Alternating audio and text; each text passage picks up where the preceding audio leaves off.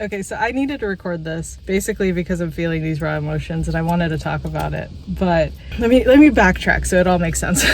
So I live in a 2-story house, right? Like my mom and my aunt, me and my Matt live upstairs, and my grandpa and my uncle live downstairs. Every morning, my morning routine is I walk downstairs and I say good morning to my uncle and my grandpa. I tell my grandpa, I want you to live a long time, so please exercise today. Like, that's what I tell him every single day.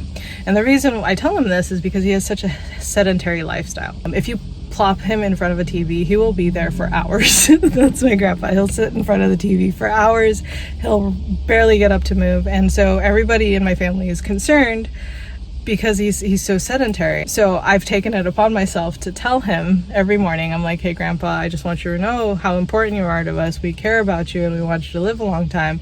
So we need you to get up and move and exercise, just get your blood flowing. And I'm the one who tells him that because I'm like one of the few people that he actually listens to. But this morning I woke up and I did the whole thing. I said good morning. I told my grandpa, as I was walking out the door, make sure you exercise. And my grandpa stopped me and he said, hey, you should take a yakuruto with you. And I was like, oh no, I'm okay. But because he's hard of hearing, he didn't hear me, and he was like, I'm gonna go get you one.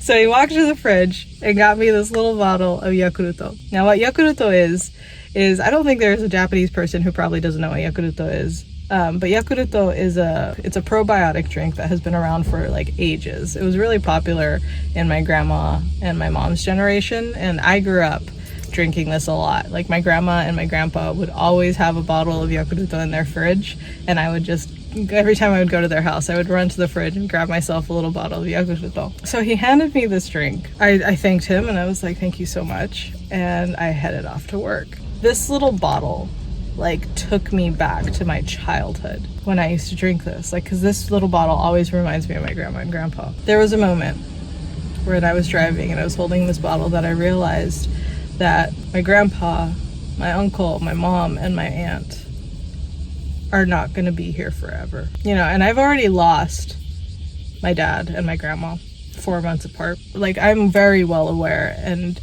understand the concept of losing people, right? I know what that feels like. But sometimes, even knowing it and even experiencing it, sometimes you take for granted the time that you have with the people that are still around, because life just happens. You just start living life, and then things, you just start getting used to the fact of having people around. It really got me thinking about just time and just how precious it is and how important it is, and why Matt and I work so hard to do what we do. It took me back to a moment in Home Depot. There's actually a few moments. When I was working at Home Depot, there was this one night where I had a really bad stomach ache. I wasn't feeling good. I'm pretty sure I had food poisoning. I was throwing up, and I had the closing shift. And I called in my manager. I was like, I can barely get out of bed. I'm like, there's stuff coming out of me both ends. I need to call in sick. My manager was like, no, you're the only closing shift we have.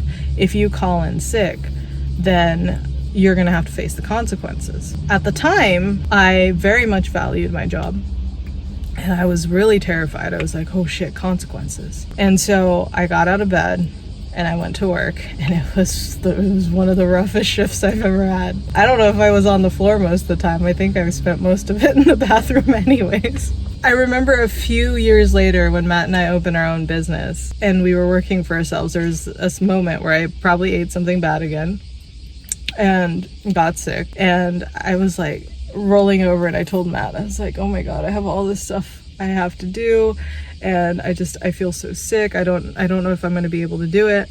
And Matt was like, then don't take a break, just stay home. You have your own time now. You don't have to clock in. You don't have to answer to anybody. And I was like, wait a minute, you're right. I have freedom now. That's amazing. And so I just stayed in bed all day. I just made sure that I took care of myself and I felt good. That was a level of freedom over the years of owning my own business that I really took for granted. I worked hard in my business, but there was a lot of things I went through in the 5 years that I owned that business that, had I been working, I wouldn't have been able to like being able to go off and spend time with my dad for a week before he passed away. I wouldn't have been able to do that as easily. But with my own business, like I had a partner that took care of everything while I was gone, and I was able to just take off and spend time with my dad. And luckily so, because a week later he passed away. And when he passed away, he lived in Idaho and Matt and I lived in California. Without thinking about it, I just put my luggage in my bag and I just took off again. Like, we came back after spending time with my dad. A week later he passed away. I just was like, sorry, my business partner's name, and then I was like, I gotta go back, and he's like, I got you. And so I just put my stuff away, I put my stuff in the car, and I just took off for Idaho. And the thing with my dad was, it was complicated because he was fishing on the lake, and then we don't really know what happened. I think he had a heart attack or a stroke, but eventually he fell into the water, and it took us about a week to recover his body. And I was not leaving Idaho. I was not leaving the state of Idaho until we found my dad's body. There was no way you were going to get me out of Idaho. And I remember at the time, I didn't really worry about anything because I knew back home my business partner was taking care of our business. And at the time, Matt was still working at Home Depot. And I remember this one conversation that Matt had with his mom, wherein his mom called and she was like, how long are you guys going to be in Idaho? And he's like, I don't know. We have to find her dad first. And I remember she said, and not to be in a mean way, she was just concerned about him, but she was like, you should probably head back because you're going to end up losing your job. And Matt was working at Home Depot at the time. And I remember sitting there thinking to myself, it was like, wait a minute, where's the priorities here? Like, I just lost my dad and we're thinking about Matt's job. Like, I just like, there's a difference in priority here, right? I don't know, there's just that moment where I was so baffled that we would even have to decide over Matt's job or my dad. That's just mind-boggling to me. Another time where it was about two or 3 years after that, my roommate and I decided to go to Subway one night. And when we walked in, there was a girl behind the counter just bawling her eyes out. She was the only person there. And we asked her, like, what was wrong? And she said she just got a call saying her grandpa had just died. And all her family was at the nursing home. And she had called her boss to let him know, like, hey, I need to go be with my family right now. And he said, no, you need to finish out your shift, which was another like 3 or 4 hours. And I just remember my heart breaking for her because this is a shift at Subway, and for her to have to decide Subway, being with family, especially during that moment, was just like, it broke my heart. Absolutely broke my heart. I don't know. There's just so many moments of that in my life. For me, I don't really, I know money is important. It puts a roof over my head. It feeds me and all that stuff. But for me, I don't chase money like I think a lot of people I know do. For me, I chase time.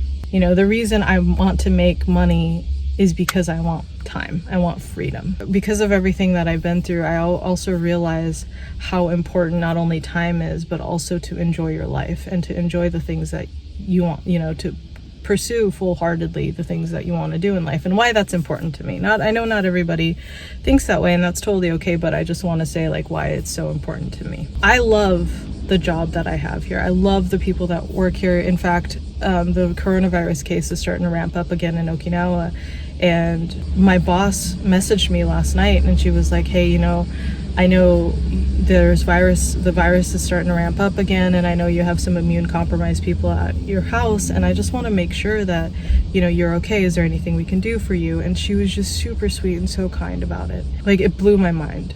She didn't have to do that, but she went out of her way to make sure that I was okay, and they do that all the time. They're so good about checking in with their employees, and as an employee, I appreciate it. And as a a past business owner, it's something that I aspire to be like. That level of just caring about her people. I love working for them, but at the same time, at the end of the day, my time is not my own. And the reason I came back to Okinawa was to spend time with my family, to be there for my family. And ever since I started working, I haven't really had an opportunity to go take my uncle out on drives. I haven't really had a chance to spend time with my family or my grandpa and my mom as much as I'd like. And this job is just reminding me, like, as much as I love working for them and I care about them so much, why I do what I do and why I work so hard to get the time back that I don't know. Anyways, this little bottle just kickstarted all that thought process. But speaking of which, I actually have to go because I need to clock into work. It's just time is valuable.